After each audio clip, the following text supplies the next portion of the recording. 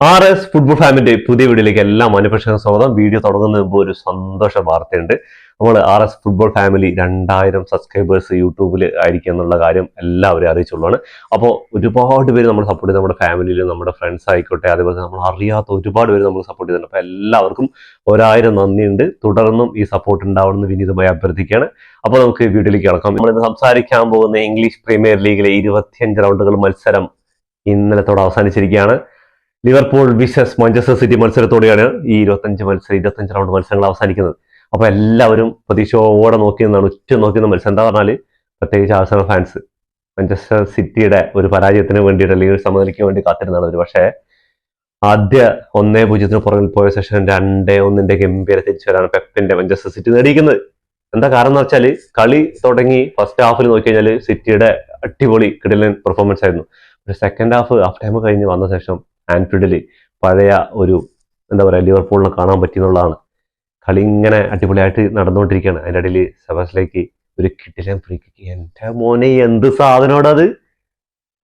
നമ്മുടെ Roberto Carlos അടിക്കില്ല ഇങ്ങനെ തിരിഞ്ഞു പോകുന്ന സാധനം, അങ്ങനത്തെ ഒരു സാധനം. ഡോണർ റൂം നോക്കി നിൽക്കുക, അല്ലാണ്ട് വേറൊരു വഴിയില്ലടോ. വേറൊരു വഴിയില്ല എന്ന് പറഞ്ഞാൽ അമ്മാതിരി ഈ ചങ്ങായി ലിവർപൂളിന് വേണ്ടി ഈ സീസണിൽ നടത്തിക്കൊണ്ടിരിക്കുന്ന ആ ഒരു പെർഫോമൻസ് ഉണ്ടല്ലോ, കിടിലാണ്. ആ ഫ്രീ കിക്ക് എടുക്കാനായിക്കോട്ടെ, അതേപോലെ അറ്റാക്കിങ്ങിലായിക്കോട്ടെ, ഡിഫൻസിലായിക്കോട്ടെ, എല്ലാത്തിലും. എന്നാ ഡിഫൻസിൽ ഹാലൻഡിനെ ഫൗൾ ചെയ്തിട്ട് റെഡ് കാർഡും കിട്ടിയിട്ടാണ് ആള് പോകുന്നത്. എനിക്ക് ആ ഒരു ഗോളിനെ കുറിച്ച് ഇപ്പോഴും, ആ മൂന്നാമത്തെ ഗോൾ സിറ്റിക്കുള്ള ഗോള് ഇപ്പോഴും എനിക്ക് ദഹിച്ചിട്ടില്ല എന്താ സംഭവം എന്നുള്ളത്. അത് നമുക്ക് അതിലേക്ക് വരാം ആദ്യം. അപ്പോ മാഞ്ചസ്റ്റർ സിറ്റി ടൈറ്റിൽ റേസിലേക്ക് വീണ്ടും എത്തിയിരിക്കുകയാണ്. ഇന്നത്തെ കളി കഴിഞ്ഞപ്പോൾ ബെർണാർഡോ സിൽവ പറഞ്ഞൊരു കാര്യമുണ്ട്. ഈ കളിയിൽ ഞങ്ങൾ പരാജയപ്പെടുക സമനിലയായിരുന്നെങ്കിൽ ടൈറ്റിൽ റേസിൽ ഞങ്ങൾ പിന്നെ ഔട്ടാന്നുള്ള കാര്യം. എന്താ പറഞ്ഞാൽ പോയിന്റ് ഡ്രോപ്പ് ഒരുപാടാവില്ലേ. ഫസ്റ്റ് ഹാഫ് ഇങ്ങനെ ഒരു ഗോള്, ഫസ്റ്റ് ഹാഫ് കഴിഞ്ഞപ്പോൾ ഒരു ഗോള് ലിവർപൂൾ അടിച്ചപ്പോൾ തീരുമാനമായി എന്ന് വിചാരിച്ചതാ. പക്ഷേ ഹാലൻഡിന്റെ അസിസ്റ്റിൽ ഒരു കിടിലൻ ഗോളിലൂടെ ഫെർണാണ്ടോ സിൽവ ഒരു കിടിലൻ ഗോളിലൂടെ സമനില എത്തിക്കുകയാണ്. ഏകദേശം കഴിഞ്ഞു എന്ന് വിചാരിച്ച ആ ഒരു ഇതാണ്. അപ്പോൾ സമനില പോയിക്കൊണ്ടിരിക്കുന്ന സമയത്താണ് ഒരു പെനാൽറ്റി കിട്ടുന്നത് മാഞ്ചസ്റ്റർ സിറ്റിക്ക് അനുകൂലമായിട്ട്. അതെനിക്ക് ചങ്ങായിയുടെ വലിയൊരു മിസ്റ്റേക്ക് ഉണ്ട്. അലിസൺ ബക്കറുടെ ഒരു വലിയ മിസ്റ്റേക്ക്. അലിസൺ ബക്കർ ഫസ്റ്റ് ഒന്നും അടിച്ചു ആ ബോൾ എടുക്കാൻ വേണ്ടിയിട്ട്. ആ ബോൾ പെനാൽറ്റി ബോക്സിനുള്ളിലേക്ക് ഇങ്ങനെ കുതിച്ചു വരുന്ന സമയത്ത് 90 മിനിറ്റും കഴിഞ്ഞ് എക്സ്ട്രാ ടൈമിലേക്ക് പോയിക്കൊണ്ടിരിക്കുകയാണ്, സമനിലയിൽ പോയിക്കൊണ്ടിരിക്കുന്നത് വിചാരിച്ചൊരു കളിയാണ്. ആ സമയത്താണ് മാത്യു ന്യൂനസിനെ ഫൗൾ ചെയ്തതിന്, അലിസൺ ബക്കർ ഫൗൾ ചെയ്തതിന് മാഞ്ചസ്റ്റർ സിറ്റിക്ക് അനുകൂലമായിട്ട് പെനാൽറ്റി കിട്ടുകയാണ്. ഹാലൻഡ് അത് സുന്ദരമായിട്ട് ഗോളാക്കി മാറ്റുകയും ചെയ്തു. അങ്ങനെ 2-1 ലീഡിൽ പോവാണ്. ഈ ഒരു പെനാൽറ്റി എന്ന് പറഞ്ഞാൽ അലിസൺ ബക്കർ ഫസ്റ്റ് ഒരു അറ്റംപ്റ്റ് ഒരു മടിച്ചു നിന്നുകൊണ്ട് മാത്രമാണ് ആ ഒരു ബോൾ 50-50 ചാൻസ് ആയത് മാറിയത്. അല്ലെങ്കിൽ അത് സിമ്പിൾ ആയിട്ട് എടുക്കേണ്ട ബോളായിരുന്നു. മാത്യു ന്യൂനസിന്റെ ഫസ്റ്റ് ടച്ച് കിട്ടിയതുകൊണ്ട് അലിസൺ ബക്കറും രണ്ടാം കൂടി ഏറ്റുമുട്ടലിൽ ന്യൂനസ് ഗ്രൗണ്ടിൽ പുറത്തോട്ട് പോവാണ്. അതോടുകൂടിയിട്ട് റഫറി വാറിന് കൊടുത്ത് അത് പെനാൽറ്റി ആയിരുന്നു കൊടുക്കുകയാണ്. പെനാൽറ്റി കൊടുത്തോടുകൂടി 2-1 ലീഡ് നേടി. പിന്നെ നാടകീയമായ സംഭവങ്ങളാണ് നടക്കുന്നത്. അതിനുശേഷം ലിവർപൂളിന്റെ ഒരു കിടിലൻ അറ്റംപ്റ്റ് ആണ്. മാക്കലിസ്റ്ററിന്റെ ഒരു വെടിച്ചില് ഷോട്ട് ഡോണറും ആ ഒരു ടൈം ചെയ്തെടുക്കുന്നുണ്ടോ. എമ്മാതിരി സാധനമാണ്, എമ്മാതിരി ഒരു സേവടോ. ഒരു കിടിലിട്ട് ആ സേവിന് വെപ്പ് കാണിക്കുന്നുണ്ട് ഇങ്ങനെ. എമ്മാതിരി സാധനം എന്നറിയാം. അതൊന്നും ഒരിക്കലും പ്രതീക്ഷയില്ല അങ്ങനെ ഒരു സേവ് നടത്തുന്നത്. ആ ഫസ്റ്റ് ഗോൾ ലിവർപൂൾ അടിച്ചപ്പോൾ എല്ലാവരുടെ റിയാക്ഷൻ ഉണ്ടായിരുന്നു, അതിനേക്കാൾ ഗംഭീരമായിരുന്നു ഓരോ പ്ലേയേഴ്സിന്റെയും അതേപോലെ തന്നെ കാണികളുടെ റിയാക്ഷൻ. ഈ ഒരു സേവ്, ആ ഒരു സേവിൽ തന്നെയാണ് ഇന്ന് മാഞ്ചസ്റ്റർ സിറ്റി രക്ഷപ്പെട്ടെന്ന് പറയും. അത് കഴിഞ്ഞിട്ട് അതിലും നാടകീയമായ ഒരു സംഭവം. എല്ലാവരും ലിവർപൂളിന്റെ ഗോൾ കീപ്പർ അടക്കം ആ ഒരു സമനിലയ്ക്ക് വേണ്ടിയിട്ട് അലിസൺ ബക്കർ എല്ലാവരും ഇവരുടെ പോസ്റ്റിൽ വന്ന് നിൽക്കുന്ന സമയത്താണ് മാഞ്ചസ്റ്റർ സിറ്റി ഒരു കിടിലൻ കൗണ്ടർ ചെറുക്കി ബോൾ ഗോൾ പോസ്റ്റിലേക്ക് ഹാലൻഡിലേക്ക് നീട്ടി നൽകുകയാണ് പാസ്. പക്ഷെ അത് കുറച്ചുകൂടെ സ്പീഡ് ഉണ്ടായിരുന്നെങ്കിൽ ചിലപ്പോൾ നേരെ തന്നെ ഗോൾ ആക്കി മാറ്റിയിട്ടുണ്ടാവും. അങ്ങനെ ആ ബോൾ പോകുന്ന പെനാൽറ്റി ബോക്സിന് മുമ്പിൽ വെച്ചിട്ട് സെബാസ്റ്റ്യൻ ഹാലൻഡിനെ ഫൗൾ ചെയ്യാണ്. അങ്ങനെ ഫൗൾ ചെയ്തിട്ട് ആ ഫൗളിനെ മറികടന്നിട്ട് സെബാസ്റ്റ്യൻ ഫ്രണ്ടിലോട്ട് പോവാണ്. ആ സമയത്ത് ഹാലൻഡ് സെബാസ്റ്റ്യനെ പിടിച്ച് വലിച്ചിട്ടാണ്. രണ്ടാളും കൂടി അവിടെ ഗ്രൗണ്ടിൽ വീഴാണ്. ബോളാണെങ്കിൽ ഗോൾ പോസ്റ്റിനുള്ളിൽ കയറി പോവുകയും ചെയ്തു. എന്താ സംഭവം? അങ്ങനെ ഫുൾ സെലിബ്രേഷൻ. ചെറുക്കി അവിടെ ഗ്രൗണ്ടിൽ പോയിട്ട് സൈഡിൽ എല്ലാ പ്ലേയേഴ്സും അടിച്ച് സെലിബ്രേഷൻ ഒക്കെ ഗംഭീരമായിട്ട് നടന്നുകൊണ്ടിരിക്കുകയാണ്. ഇവിടെ റഫറി ആണെങ്കിൽ വാർണ് കൊടുത്തു. അപ്പീൽ ചെയ്യാൻ വേണ്ടി വന്ന സെബാസ്റ്റ്യൻ വന്നിട്ട് അപ്പീൽ ചെയ്യാണ്. അപ്പീൽ ചെയ്തും ആശാനിക്ക് എടുത്തു കൊടുത്തു റെഡ് കാർഡ് ഫൗൾ ചെയ്തതിന്. ഫസ്റ്റ് ഫൗൾ അറ്റംപ്റ്റ് ആളുടെ ആയിരുന്നു. സെക്കൻഡ് ഫൗൾ അറ്റംപ്റ്റ് നമ്മുടെ ഹാലൻഡിന്റെ ആയിരുന്നു. ഗോള് പോസ്റ്റിനുള്ളിലേക്കും കയറി. 3-1 ഇങ്ങനെ സ്റ്റേഡിയം മൊത്തം ഇങ്ങനെ അന്താളിച്ച് നിൽക്കുക. ആ സമയത്താണ് ഗോള് ഡിസ്ക്വാളിഫൈ ആവുന്നത്. എന്തുകൊണ്ടാണ് ഇത് ഡിസ്ക്വാളിഫൈ ആവുന്നതെന്ന് അറിയുന്നവരൊന്ന് പറഞ്ഞു തന്നെ. എൻ്റെ ഒരു കാഴ്ചപ്പാടിൽ ഫസ്റ്റ് ഫൗൾ അറ്റംപ്റ്റ് നടക്കുന്നത് സിറ്റിക്കെതിരെയാണ്. അപ്പൊ ഹാലൻഡിനെതിരെയാണ് നടക്കുന്നത്. അതിനാണ് റെഡ് കാർഡ് കൊടുത്തിരിക്കുന്നത്. അപ്പൊ അവിടെ ആ പ്രശ്നം ആ ഒരു ഫൗളായിട്ട് അറ്റംപ്റ്റ് ചെയ്തിട്ട് അവിടെ നിന്ന് ഫൗൾ അടിക്കുകയും ചെയ്ത്. പിന്നെ അങ്ങനെ 2-1 ജയിക്കുകയാണ് സിറ്റി. അപ്പോൾ ടൈറ്റിൽ റേസിൽ എന്തായാലും 6 പോയിന്റ് വ്യത്യാസത്തിൽ തൊട്ട് താഴെ തന്നെ ഉണ്ട് ആഴ്സണലിന്.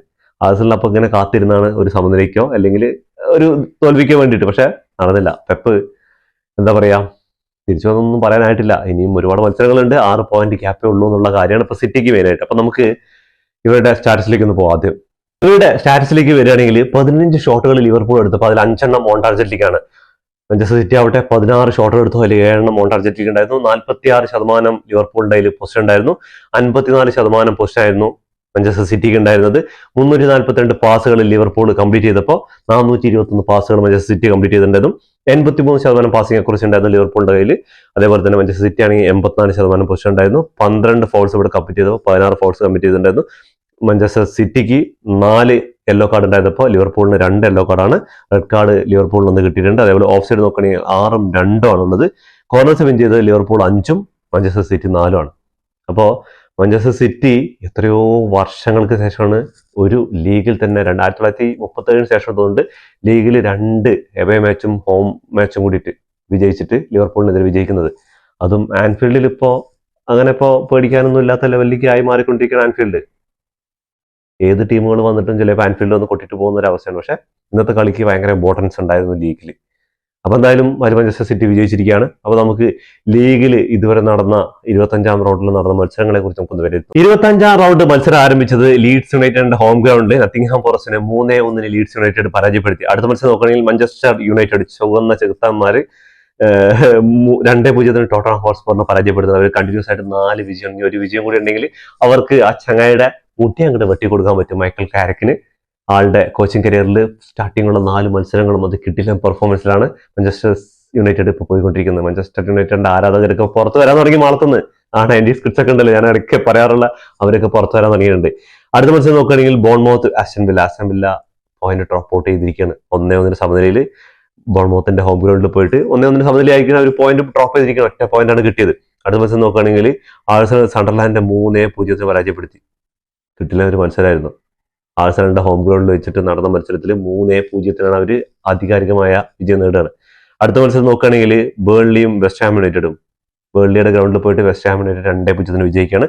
അതിനുശേഷം നടന്ന മത്സരത്തിൽ ഫുൾഹാം 1-2 എവർട്ടനോട് പരാജയപ്പെടുകയാണ്.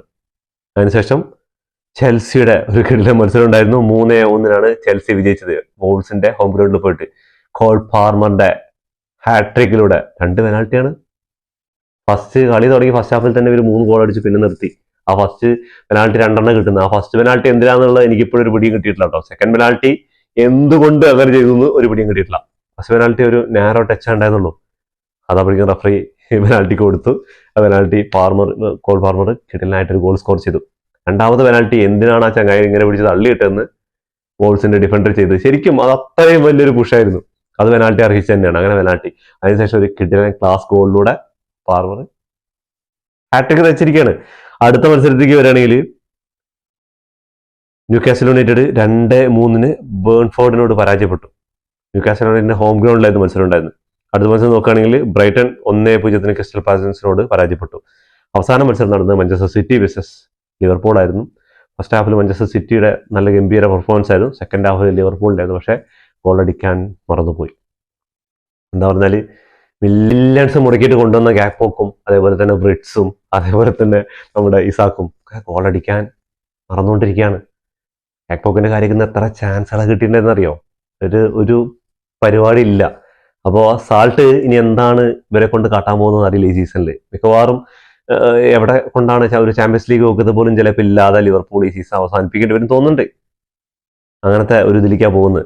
ഇന്നലെ കോമഡി ആയിട്ട് ആ ചങ്ങായി പറഞ്ഞിട്ടുണ്ടായിരുന്നു, എനിക്ക് പെപ്പ് ഒരു മെസ്സേജ് ചെയ്തിട്ടുണ്ടായിരുന്നു, നാളത്തെ കളിയിൽ ആരാ തോൽക്കുന്ന ഒരു ഹെയർ ട്രാൻസ്പ്ലാന്റേഷൻ ചെയ്യുന്ന പറഞ്ഞിട്ട്. രണ്ടാളും മുട്ടാളാണല്ലോ. അപ്പോൾ എന്തൊക്കെ ആയിക്കോട്ടെ, സാൾട്ടിന്റെ ദിവസങ്ങൾ എണ്ണിക്കൊണ്ടിരിക്കുകയാണ് എന്നുള്ളതാണ്. നമുക്കപ്പോൾ ടേബിളിലേക്ക് പോയി കഴിഞ്ഞാൽ ആഴ്സണൽ തന്നെയാണ് ഇപ്പോഴും തലപ്പത്ത്. 25 മത്സരങ്ങൾ കംപ്ലീറ്റ് ചെയ്തപ്പോൾ 56 പോയിന്റുമായിട്ട് ടോപ്പിൽ നിൽക്കുന്നത്. 17 വിജയവും 5 സമനിലയും 3 തോൽവി അടക്കം 49 ഗോളുകൾ അടിച്ചപ്പോൾ 17 ഗോളുകളാണ് വഴങ്ങിയിട്ടുള്ളത്. മാഞ്ചസ്റ്റർ സിറ്റി തൊട്ട് താഴെയുണ്ട്. 25 മത്സരങ്ങൾ കംപ്ലീറ്റ് ചെയ്തപ്പോൾ 15 വിജയവും 5 സമനിലയും 5 തോൽവി അടക്കം 50 പോയിന്റുമായിട്ട് 6 പോയിന്റ് ഡിഫറൻറ്റ് ഉണ്ട്. 51 ഗോളുകൾ അടിച്ചപ്പോൾ 24 ഗോളുകളാണ് വഴങ്ങിയിട്ടുള്ളത്. ആസ്റ്റൺ വില്ല 3-ാം സ്ഥാനത്തുള്ളത് പോയിന്റ് ഡ്രോപ്പ് ഒരുപാടായി ആസ്റ്റൺ വില്ലയ്ക്ക്. 25 മത്സരങ്ങൾ കംപ്ലീറ്റ് ചെയ്തപ്പോൾ 14 വിജയവും 5 സമനിലയും 6 തോൽവിയടക്കം 47 പോയിന്റുമായിട്ട്. തൊട്ട് പുറകിലുണ്ട് മാഞ്ചസ്റ്റർ യുണൈറ്റഡ്. എമ്മാതിരി തിരിച്ചു വരവാല്ലേ. 4 കളികളൊക്കെ അടുപ്പിച്ച് വിജയിച്ചിട്ടാണ് അവര് 4ാം സ്ഥാനത്തെത്തിയിരിക്കുന്നത്. അതും നല്ല പോയിന്റിലിട്ട് 44 പോയിന്റ് അയക്കുന്നു. 3ാം സ്ഥാനക്കാരായിട്ടുള്ളവരായിട്ടുള്ള പോയിന്റ് 3 പോയിന്റിന്റെ ഗ്യാപ്പ് ആയിട്ടുണ്ട്. 25 മത്സരങ്ങൾ കംപ്ലീറ്റ് ചെയ്തപ്പോൾ 12 വിജയം 8 സമനിലയും 5 തോൽവിയടക്കം 44 പോയിന്റുമായിട്ട്. തൊട്ട് പുറകിൽ ചെൽസി ഉണ്ട്. ചെൽസി സൈലന്റ് ആയിട്ട് വരുന്നുണ്ട്. 25 മത്സരങ്ങൾ കംപ്ലീറ്റ് ചെയ്തപ്പോൾ 12 വിജയം 7 സമനിലയും 6 തോൽവിയടക്കം 43 പോയിന്റായിട്ട്. പിന്നുള്ളത് 7ാം സ്ഥാനത്തുള്ള ലിവർപൂളാണ് 39. 6ാം സ്ഥാനത്തുള്ള ലിവർപൂളാണ് 39 പോയിന്റുമായിട്ട്. എവർട്ടൺ ഉണ്ട് 8ാം സ്ഥാനത്ത് 37 പോയിന്റുമായിട്ട്. സൺഡർലാൻഡ് 9ാം സ്ഥാനത്ത് 36 പോയിന്റുമായിട്ട്. ഫുൾഹാം ഉണ്ട് 10ാം സ്ഥാനത്ത് 34 പോയിന്റുമായിട്ട്. പിന്നെ ന്യൂകാസ്റ്റലും ക്രിസ്റ്റൽ പാലസും ബേൺമൗത്ത് ഒക്കെ ഉണ്ട് 32, 33, 34 പോയിന്റുകളൊക്കെ ആയിട്ട്. അപ്പോൾ മാഞ്ചസ്റ്റർ യുണൈറ്റഡിന്റെ കാര്യമാണ് എനിക്ക് എടുത്തു പറയാനുള്ളത്. അവര് വല്ലാത്തൊരു തിരിച്ചുവരവാണ് വന്നിരിക്കുന്നത്. ഇനി അടുത്തൊരു മത്സരമുണ്ട്, വെസ്റ്റ് ഹാം യുണൈറ്റഡ് ആയിട്ടുള്ള മത്സരം കൂടി കഴിഞ്ഞാൽ ആ ചങ്ങായിയുടെ മുട്ടി അങ്ങോട്ട് മുട്ട അടിച്ചു കൊടുക്കാനാണ് ഞാൻ തീരുമാനിച്ചിരിക്കുന്നത്. അങ്ങനെയാണ് എല്ലാ മാഞ്ചസ്റ്റർ യുണൈറ്റഡ് കാത്തിരിക്കണം ആ മുട്ട ഒന്ന് കാണാൻ വേണ്ടിയിട്ട്. ഇത്രയും കാലം ആ മുടി വളർത്തിയിട്ട് ഇങ്ങനെ കണ്ടു മടുത്തു. അപ്പൊ എന്തായാലും ഇംഗ്ലീഷ് പ്രീമിയർ ലീഗ് വീണ്ടും ഒരു സൂപ്പർ ക്ലൈമാക്സിലേക്ക് പോയിക്കൊണ്ടിരിക്കുകയെന്ന് വിചാരിച്ചു.